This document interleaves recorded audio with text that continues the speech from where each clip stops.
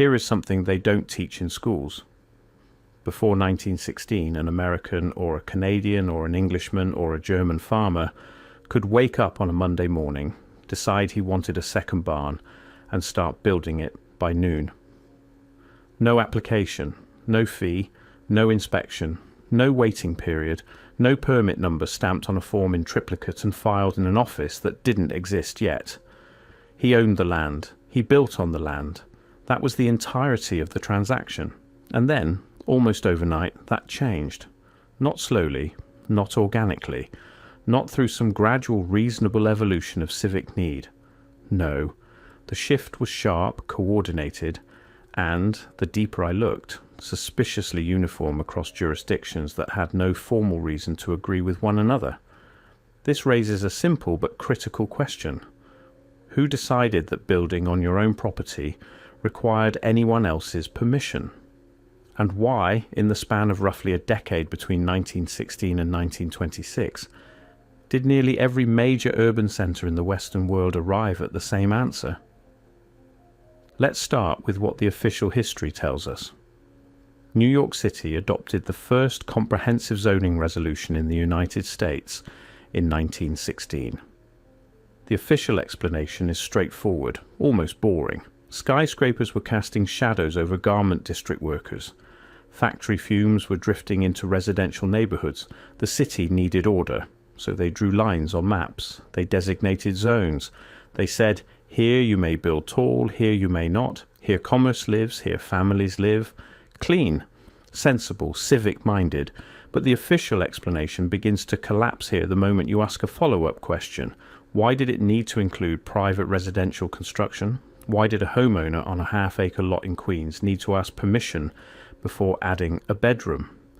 The factories and the skyscrapers, sure, you can make that argument, but the pattern that emerged didn't stop at commercial regulation. It reached into the most personal, most intimate form of ownership a human being can exercise. It reached into the act of improving the land you already paid for and already owned, and that's where this becomes impossible to ignore. The deeper I went into the municipal records from this period, the more a pattern emerged. Not a messy, disputed, contested pattern. A clean one. An almost architectural one. By 1926, 10 years after New York's resolution, the US Department of Commerce had issued the Standard Zoning Enabling Act, a model law that states could simply adopt wholesale. 43 states had enacted zoning legislation based on this template within the decade. 43 states, different geographies, different economies, different political cultures, different densities of population. And yet, the same framework, the same logic, the same core mechanism. You need permission to build, and permission can be denied. The pattern repeats with unsettling precision. Now, in one sense, you can explain this. Federal templates existed, states communicated, legal fashion spread. I understand that. But what I kept returning to, what kept nagging at me, was the speed, the uniformity, the absence of meaningful resistance. Where were the dissenters? Where were the state legislatures that said, no, we will not tell a farmer he needs a permit to build his own fence? Where were the constitutional challenges arguing that this represented an unprecedented intrusion into the rights of private ownership? Some existed, a few. And then, quietly, methodically, they were resolved. Courts ruled that zoning was a valid exercise of police power. Local governments were granted broad discretion, and the window closed. To understand what was lost, you have to understand what existed before. I don't mean this romantically, I mean it technically, practically, economically. Before zoning, before comprehensive permit systems, before the property tax regimes that would eventually emerge to enforce compliance, land ownership in the Western world operated on a fundamentally different logic. You owned the land. You owned what grew from it, what sat on it, what you built upon it. Your neighbours had common law recourse if you created a genuine nuisance, a fire hazard, a contaminating industry, a physical obstruction of shared resources. Courts existed for that. Disputes were resolved, but the default, the baseline, was autonomy. A man in rural Pennsylvania in 1890 could build a house, add a workshop, convert a workshop into a small mill, add a second floor to his home when his family grew, and tear down a structure he no longer needed, all without a single government form, all without a single fee paid to a municipal office, all without waiting. This was not chaos, this was ownership, and then someone decided that ownership needed oversight. Here's where I want you to stay with me, because this is where the pattern shifts from interesting to something more troubling. Zoning on its own might be explicable as urban management, but zoning did not arrive alone. It arrived as part of a system. And the system, when you look at all of its components together, not separately, the way they're usually discussed, but together, begins to look like something more deliberate than civic tidiness. The components are these. First, zoning laws which restricted what could be built, where, and to what dimensions. Second, building permit requirements which mandated government approval before any construction could begin, and introduced fees for that approval, fees that compounded over time. Third, property tax systems which were reformed and expanded during roughly the same period, particularly following the institutionalization of municipal finance in the early 20th century, shifting from flat or minimal taxation toward assessed value models that tied your annual tax burden to what you built and improved.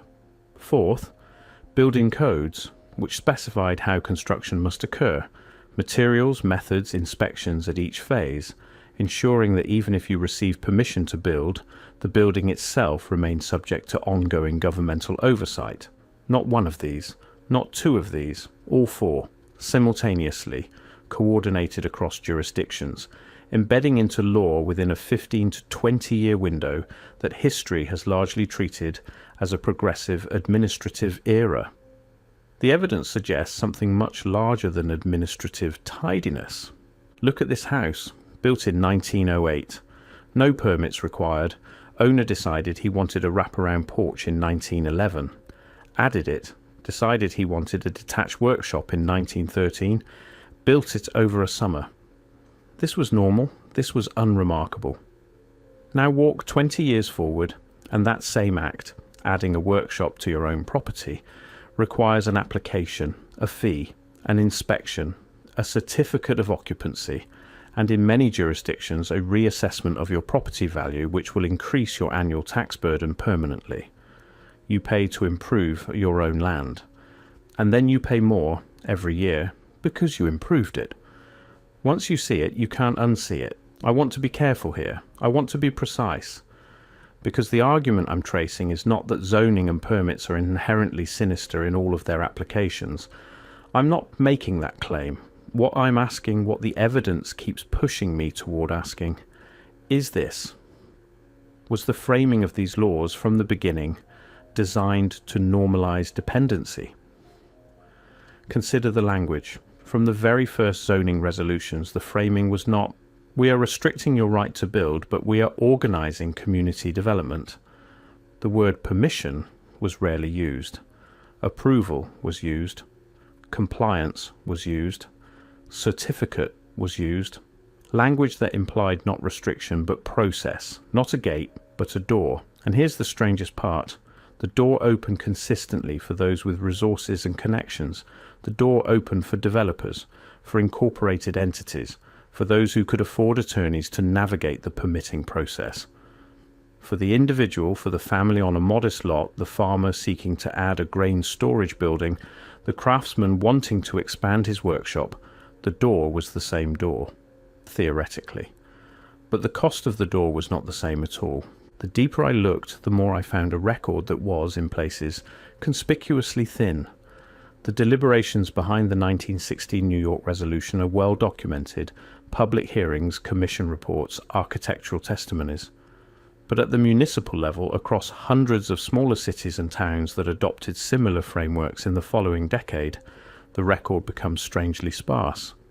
City council minutes that mention zoning adoption in a single paragraph, no recorded public debate, no dissenting votes or records of whether any dissenting votes were cast, ordinances that appear fully formed in the municipal code without any traceable draft history, as if the administrators of these towns were following instructions they didn't fully understand, transcribing a template rather than deliberating a policy.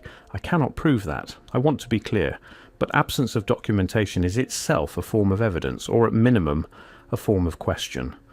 When major legal transformations in property rights leave behind almost no record of public contest, you are permitted to ask why. The silence was deafening. Before we go further, and we will go further, consider what the pre-regulatory world actually produced. The vernacular architecture of the American frontier, the self-built towns of the Midwest, the farmsteads of the Appalachian Highlands, the craftsman homes of the Pacific Northwest. These structures were built without architects in many cases, without permits in all cases, without inspections in virtually every case. And they stand.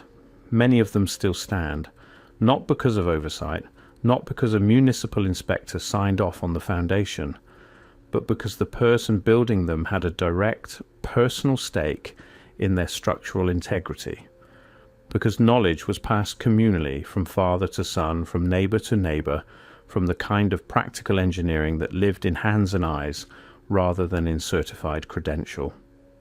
That system of knowledge was not perfect, it was not without its failures, but it was autonomous, and it was, in its way, sophisticated. What replaced it was not superior craftsmanship. What replaced it was a credentialing apparatus, licensed contractors, certified inspectors, approved materials lists that interposed itself between a person and the act of building on their own land. And who paid for that apparatus? Who funded the inspectors, the permit offices, the code enforcement departments? The property owner, through fees, through taxes, through compliance costs. You paid for the system that restricted you.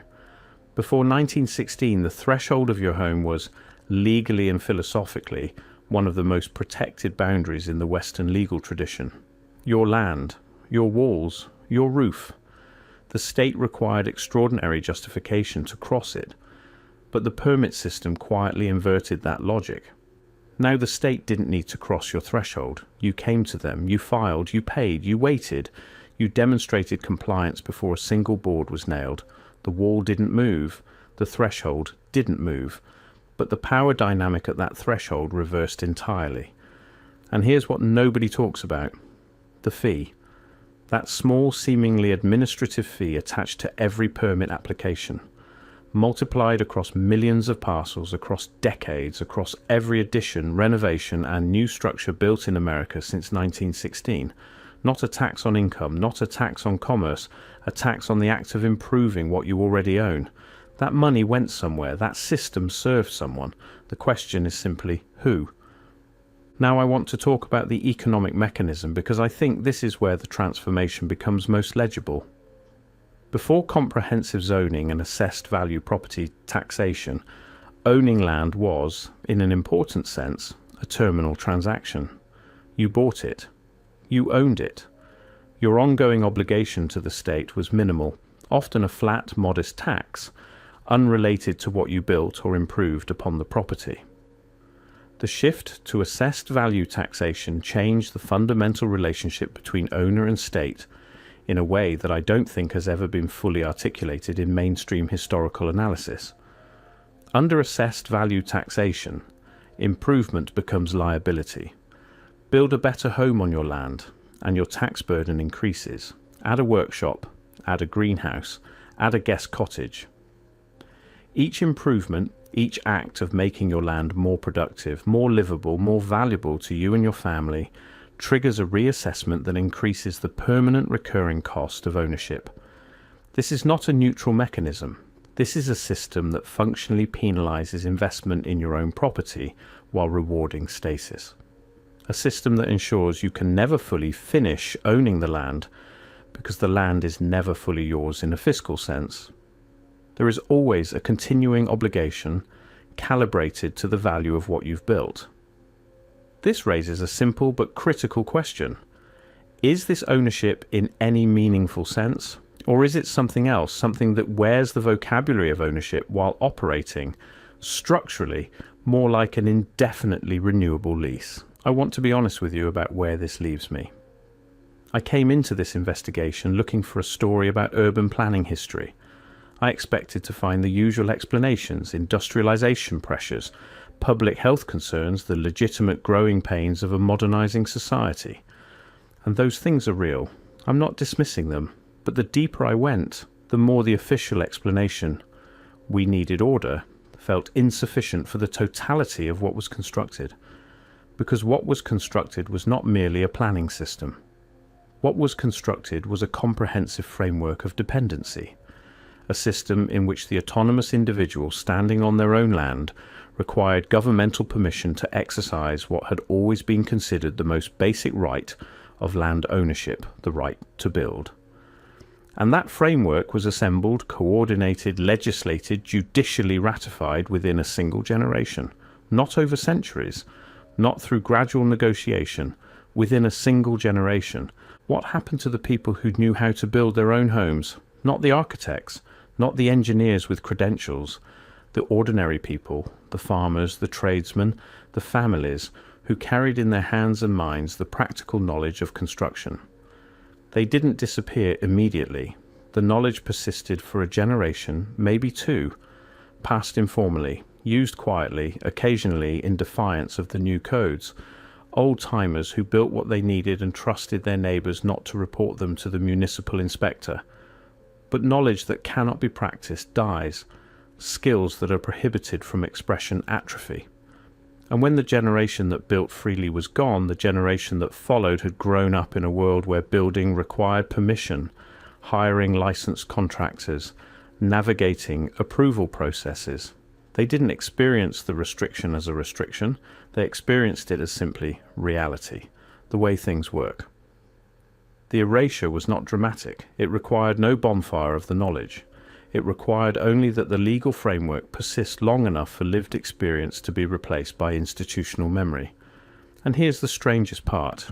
We still call it ownership. We still use that word with full sincerity to describe a relationship to land that carries perpetual tax obligations, construction restrictions, permitting requirements, and the theoretical possibility, in cases of sustained non-compliance or non-payment, of governmental seizure. We call it ownership. But is it? I keep returning to a photograph. A farmstead in Ohio dated 1903. A family standing in front of a home they built themselves, on land they purchased, improved through their own labour, and passed to their children without the fingerprints of any municipal authority anywhere on the transaction. There is no permit number on that house. There is no inspection certificate in that family's records. There is no zoning variance, no certificate of occupancy, no code compliance report. There is only a family and their land and what they built upon it.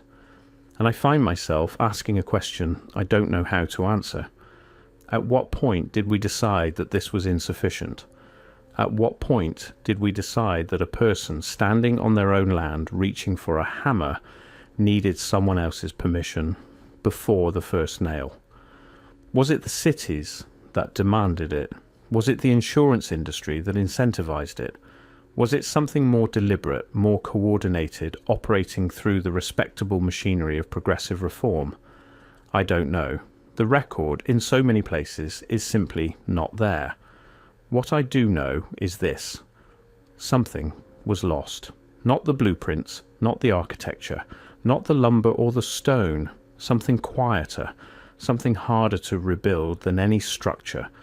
The assumption, so ancient it preceded law, preceded municipalities, preceded the concept of zoning, that when a person stands on their own land, they are sovereign there, that the land is theirs, that what they build is theirs, that no permission is required to exist fully on property you own. That assumption is gone now, so thoroughly gone that most people find the question slightly absurd. And maybe that's the most unsettling thing of all. Not that the system was built, but that we stopped noticing it was built at all. The deeper I went, the more I found a system that knew exactly what it was doing. Or maybe I found a system that no one designed at all, that simply emerged self-reinforcing, rewarding compliance, penalizing autonomy until compliance became culture and the autonomy was simply forgotten. Which possibility troubles you more?